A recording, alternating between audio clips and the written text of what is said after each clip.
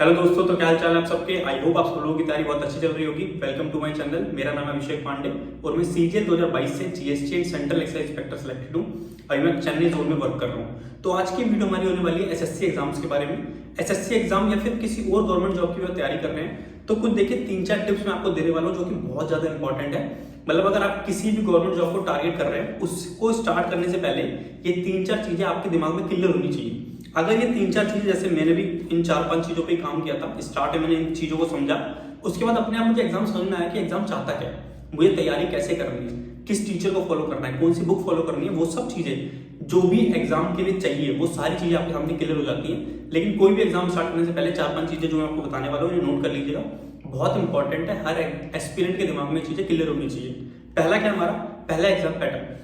अगर आप सीजीएल के लिए तैयारी कर रहे हैं तो आपको पता होना चाहिए एग्जाम पैटर्न क्या है। फर्स्ट पेपर होगा, फिर सेकंड पेपर होगा, फिर डीवी होगा। तो ये बेसिक सी चीज है, ये तो आपको पता होनी चाहिए कितने क्वेश्चन आने हैं, किस सब्जेक्ट के कितने क्वेश्चन आने हैं। एक एग्जाम पैटर्न आप क्या करें, लिख के रख लें। ठीक है, जब अगर नए नए हैं आप तो आपको पता होना चाहिए कि एग्जाम पैटर्न है। और इसी से जुड़ता हुआ एक चीज क्या है, एग्जाम पैटर्न का कहने का मतलब सिलेबस। सिलेबस आपको पता होना चाहिए क्या सिलेबस है उस एग्जाम का। मान लीजिए मैं सीएचएसएल की तैयारी कर रहा हूँ तो मैंने जो स्टार्ट करा तो मैंने पहले सीएचएसएल एग्जाम का पैटर्न देखा। पैटर्न क्या होता है, क्योंकि जब मैं नया नया था तो मैंने यही करा, पहले पैटर्न देखा, फिर उसका सिलेबस देखा। सिलेबस भी कैसे देखा, ऑफिशियल नोटिफिकेशन आता है उस पर सिलेबस देख सकते हैं एक तो आप, लेकिन वो किसी भी काम का नहीं है। उससे आपको समझ में नहीं आया कि आपको पढ़ना क्या है और इंपॉर्टेंस किसको देनी है। आपको करना है वेटेज, आप चैप्टर वाइज उसकी निकालेंगे। कैसे मिलेगी वो, मैंने चैनल पे वीडियो डाल रखी है, यहाँ पे वीडियो दिख रही होगी आपको। ये सीजीएल का लेटेस्ट जो पैटर्न है उसकी वेटेज बता रखी है, कितने क्वेश्चन मैथ के आएंगे और मैथ में भी परसेंटेज के कितने क्वेश्चन आएंगे, प्रॉफिट लॉस के कितने क्वेश्चन आएंगे, ये आपको पता होना चाहिए। ये क्यों पता होना चाहिए, जब आप कोई टॉपिक कंप्लीट कर रहे हैं तो उसके 3 क्वेश्चन आने हैं मान लीजिए, तो आप उसके हिसाब से उसे टाइम देंगे अपना। ठीक है, और कोई टॉपिक है जैसे मिक्सचर एलिगेशन, 0 या 1 क्वेश्चन, 0 क्वेश्चन हो सकता है क्वेश्चन ही ना आए उसका, या फिर 1 क्वेश्चन है, तो आप उस हिसाब से उस चैप्टर को वेटेज देंगे। तो ये चीज पता होना बहुत इंपॉर्टेंट होना चाहिए। अगर आप किसी भी गवर्नमेंट जॉब की तैयारी कर रहे हैं तो उसका क्या सिलेबस है और सिलेबस के अंदर भी जाए कौन कौन से चैप्टर आएंगे, और उन चैप्टर्स में भी एक लिस्ट बनाए कि कौन सा ज्यादा इंपॉर्टेंट है, किसको ज्यादा वेटेज देनी है, किसकी ज्यादा प्रैक्टिस करनी है। काफी सारे लोग ये चीज मिस कर देते हैं, सीधा वो जाएंगे स्टार्ट से पढ़ना चालू कर दिया, परसेंटेज पढ़ा, प्रॉफिट, हाँ ये करना है, लेकिन जब आप प्रैक्टिस करने बैठे उस चीज की, किसके कितने क्वेश्चन करने हैं, एग्जाम जब पास में है तो कौन सा चैप्टर टॉप प्रायोरिटी पे होना चाहिए, उसे रिवाइज करना है, ये चीजें तभी क्लियर हो पाएंगी जब एग्जाम पैटर्न आपके दिमाग में क्लियर होगा।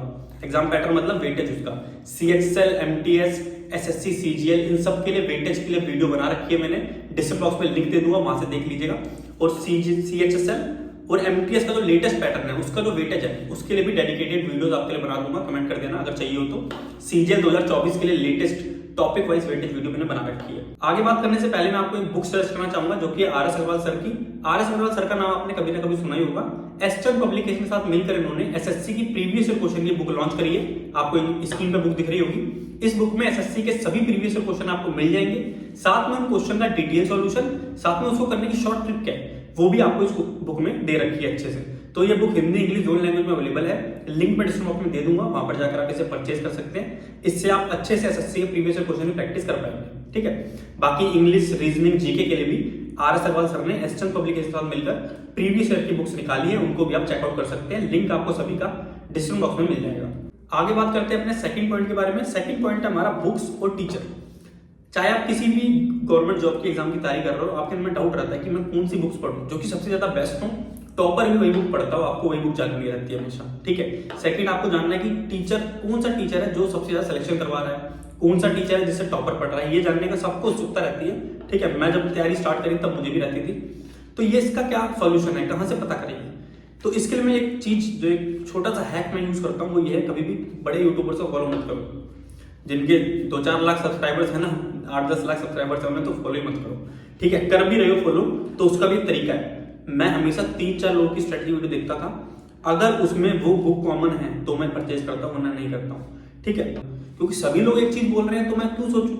लेकिन कोई आके नई बुक का नाम लेने लग जाए, ठीक है, कोई आके किसी का यूट्यूब चैनल देख रहा हूँ वो अपनी ही बुक लॉन्च करने लग गया, तो उसका क्या फीडबैक है कि उसमें क्वेश्चन अच्छे होंगे।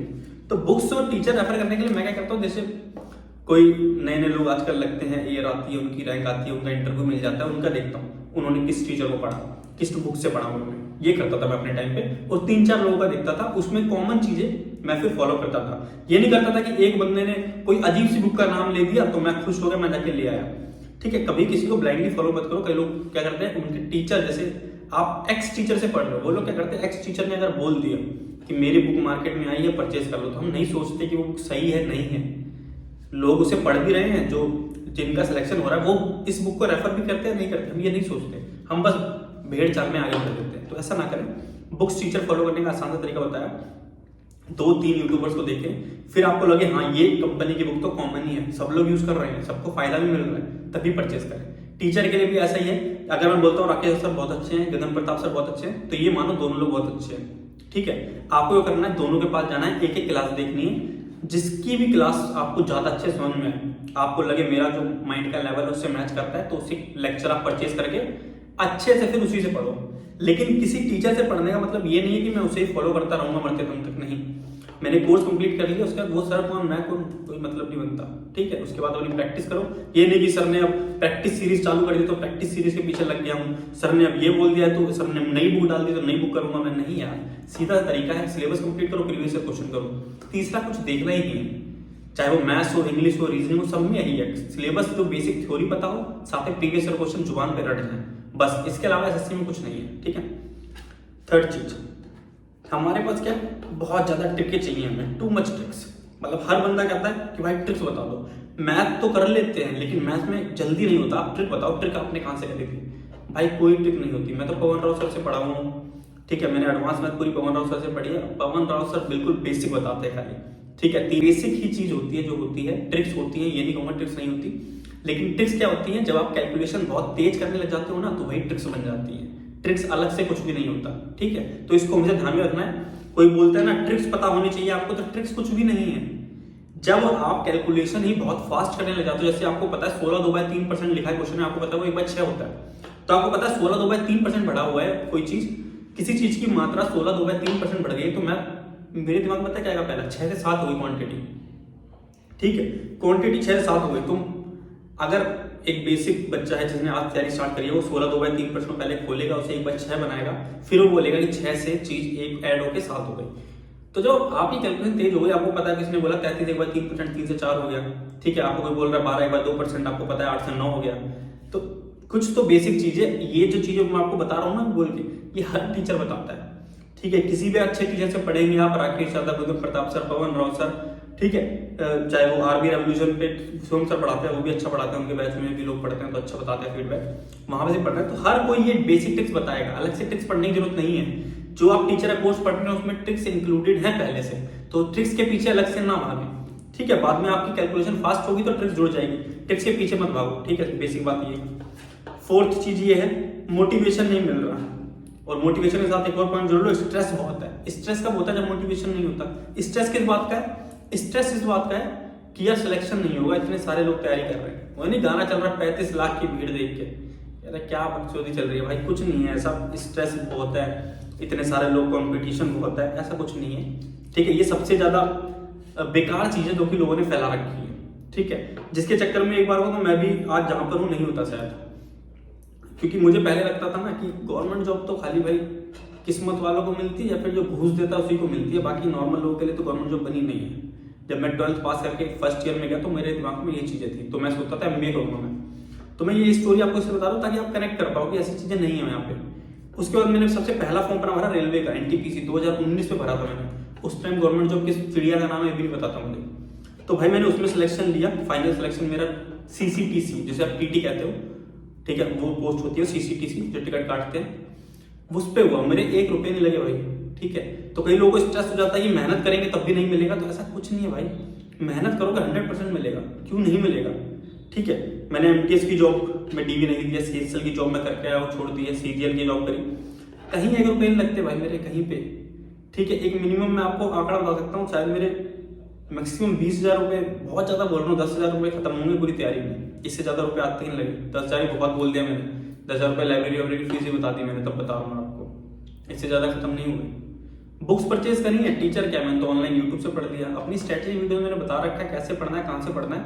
अगर आप डेडिकेटली उसे फॉलो करें तो कोई बड़ी बात नहीं है। और ये नहीं कह रहा हूँ कि मैंने कर लिया आप नहीं कर सकते, या फिर कोई बंदा हिंदी मीडियम बैकग्राउंड से नहीं कर सकता, क्यों नहीं कर सकता, कोई भी कर सकता है। बस ये 100% अपना देना होगा। मोटिवेशन तो देखो कहीं और से नहीं आता, मोटिवेशन हमारे अंदर से आता है। जब तक आप मोटिवेशन के पीछे भागते रहोगे ना कि ये टीचर मुझे मोटिवेशन देते, ये कोई शायरी सुना दे आज टीचर तो मजा आ जाए, मूड बन जाए भाई, तो ऐसा कुछ नहीं होगा। आपके हालात ही आपका मोटिवेशन है। खुद सोचो ना क्यों स्टार्ट किया था। अगर हम पे इतना पैसा होता घर पे तो हम सरकारी जॉब की तैयारी थोड़ा ना करते, पापा का बिजनेस संभाल रहे होते।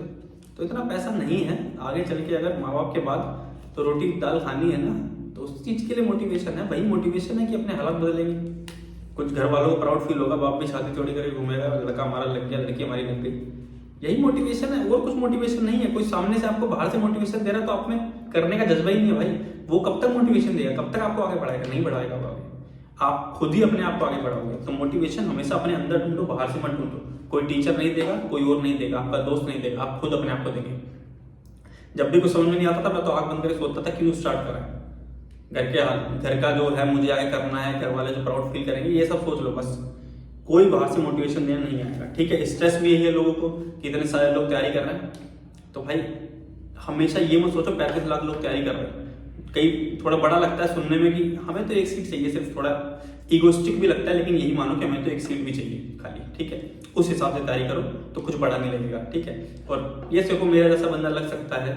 ठीक है, मेरा तो यार मैथ में डी ग्रेड आया था, डी ग्रेड भी 2 स्टार लगने के बाद। जो लोग सीबीएसई बोर्ड से पता होगा उन्हें पता होगा 2 स्टार लगना क्या होता है। मतलब ई ग्रेड था, उसको टीचर ने बढ़ाकर डी ग्रेड कर दिया। डी ग्रेड मतलब मान लो 31 से 40 नंबर के बीच में, बस पास था मैं मैथ में।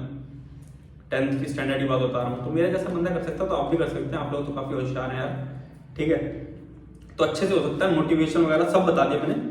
जो बेसिक चीजें आपको पता होनी चाहिए, सिलेबस पता होना चाहिए, जो आपको टीचर्स और बुक्स यूज करते टाइम पता होना चाहिए। जो ये 4-5 चीजें बताई है, बस ये आपके दिमाग में क्लियर है ना, इसके बाद मुझे नहीं लगता कि नौकरी लेने से आपको कोई रोक सकता है। ये एक रोड मैप है, बस इसे फॉलो करना है। ठीक है, तो डेडिकेटली फॉलो करें। मेरी बेस्ट विशेष आपके साथ है। आई होप आप लोग जल्दी नाम रोशन करोगे अपने घर वालों का। ठीक है, उसके बाद मुझे भी मैसेज करोगे यार भाई आपने थोड़ा बहुत बताया था तो हमें लग गए, तो अच्छा लगता है यार। काफी सारे लोग मैसेज करते हैं भाई आपने बताया अच्छा लगा। ठीक है, और हर संडे को मैं लाइव आता हूँ यूट्यूब पर रात 8 बजे। लास्ट संडे से स्टार्ट करा तो काफी अच्छा आपका रिस्पॉन्स मिला। 2600 लोग आधे घंटे में लाइव आके वॉच करा था उन्होंने, तो बहुत अच्छा लगा यार। ठीक है, ऐसे जुड़े। इंस्टाग्राम, यूट्यूब कहाँ पर लाइव आऊंगा, अगली बार आऊंगा संडे को ही रात को 8 बजे। इंस्टाग्राम पे आना होगा या फिर यूट्यूब पे आना होगा, वो मैं आपको बताते रहूंगा। तो चैनल पे जुड़ जाइएगा, अगर नहीं है तो सब्सक्राइब कर लीजिएगा इसको। बाकी शुक्रिया वीडियो देखने के लिए, मिलते हैं नेक्स्ट वीडियो में।